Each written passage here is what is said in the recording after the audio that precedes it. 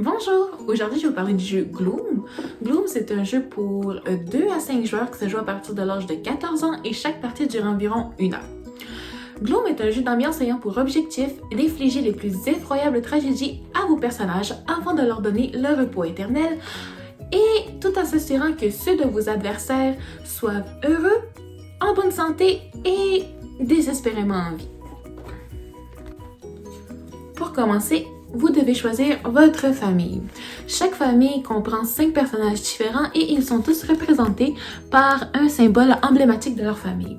Pour une partie à 4 joueurs, vous devez sélectionner 4 personnages à garder et 1 à laisser de côté. Pour une partie à 5 joueurs, les personnages laissés de côté deviennent une famille recomposée et appartiennent au 5e joueur.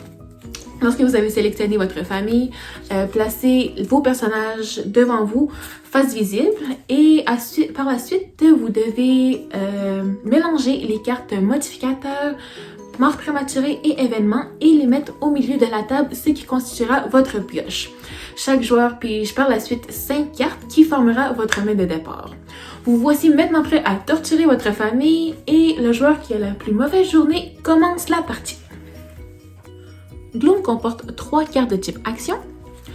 Les cartes modificateurs sont les cartes qui infligent des malheurs à vos personnages et qui réconfortent ceux de vos adversaires. Donc, de manière générale, il est préférable de jouer des cartes modificateurs négatives sur vos propres personnages et les cartes modificateurs positives sur les cartes de vos adversaires. De plus, les cartes modificateurs possèdent un indicateur de points d'estime de soi situé à la gauche de la carte et 3 espaces leur sont dédiés. Lorsque un de vos personnages meurt, calculez tous les points d'estime de soi visibles pour connaître le score d'estime de soi de votre personnage mort. À la fin, calculez tous les scores d'estime de soi de vos personnages pour connaître la valeur totale de votre famille. Mais petit rappel, le score des personnages n'est pas valide lorsque votre personnage est encore vivant. Les cartes événements sont des cartes à usage unique qui sont défaussées du moment que leurs effets sont résolus. Finalement, nous avons les cartes de mort prématurée. Ces cartes transforment vos inutiles personnages vivants en de précieux personnages morts. Vous pouvez jouer ces cartes sur vos propres personnages ou sur ceux de vos adversaires tant que ces personnages ont un score d'estime de soi négatif car seules les personnes malheureuses peuvent mourir. Lorsque une carte mort prématurée a été jouée sur un personnage, prenez ce personnage ainsi que toutes les cartes jouées sur ce personnage et mettez-le de côté. La plupart des cartes ont des effets de jeu et se divisent en plusieurs catégories. Nous avons les effets immédiats qui se déclenchent lorsqu'une carte est jouée. Nous avons les effets défensifs qui se déclenchent lors des tours d'un autre joueur. Et finalement, nous avons les effets continus qui se déclenchent lorsque la carte est jouée et qui restent actifs tant que la carte reste visible. À chaque tour, vous effectuerez 2 actions avant de piocher de nouveau vos cartes jusqu'à votre limite indiquée par les cartes modificateurs ou événements. Vous êtes autorisé à jouer 2 fois le même type de carte, sauf pour les cartes mort prématurées. Après avoir effectué vos 2 actions, piochez jusqu'à ce que le nombre de cartes dans votre main soit équivalente à votre limite de cartes actuelle. Si celle-ci n'est pas modifiée par un effet de jeu, cette limite est de 5.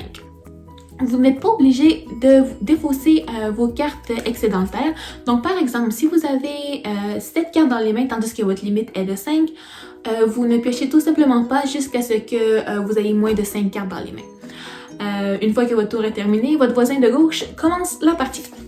Les histoires qui se développent à travers la partie sont ce qui rend ce jeu amusant. Donc, il vous appartient d'expliquer les conséquences de vos actes ainsi que la manière dont ils se sont produits. Plongez au cœur de ces tragiques événements et lorsque vous jouez une carte, essayez d'expliquer de quelle façon cet événement rentre dans l'histoire de votre personnage. Cela rendra la partie beaucoup plus amusante. Lorsque le dernier personnage de n'importe quelle famille rend l'âme, la partie est finie. Comptez tous les points d'estime de soi de vos personnages morts pour avoir la valeur de votre famille totale. La personne avec la plus basse valeur remporte la partie. Gloom est donc un jeu faisant appel à votre imagination ainsi que votre humour un peu glauque pour faire gagner votre famille. Voilà, maintenant vous savez comment jouer.